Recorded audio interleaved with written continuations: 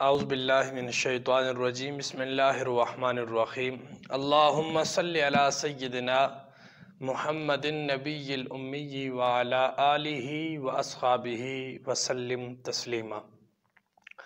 دوستو، آپ دیکھ رہے ہیں یوٹیوب چینل خدمت خلق اور میں ہوں آپ کا میزبان صاحبزادہ بلال شبیر احمد۔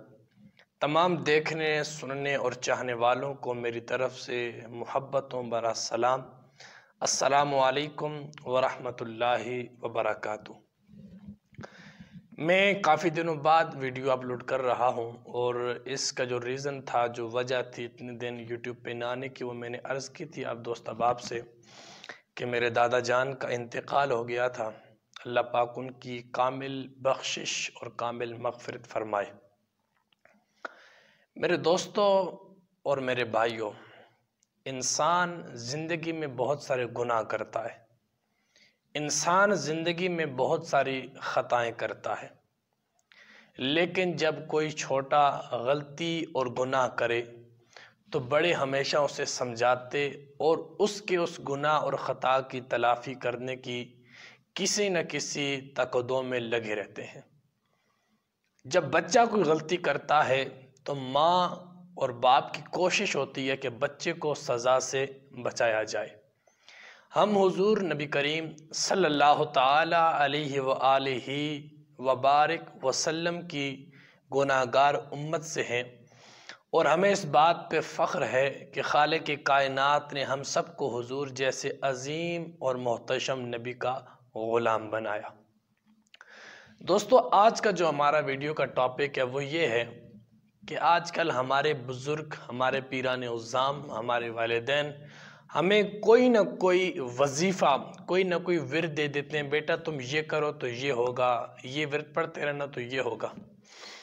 آیا کبھی ہم نے حضور نبی کریم صلی اللہ تعالی علیہ وآلہ وسلم کی زبان اقدس سے جاری کردہ اوراد اور وظائف پہ بھی عمل کیا ہے؟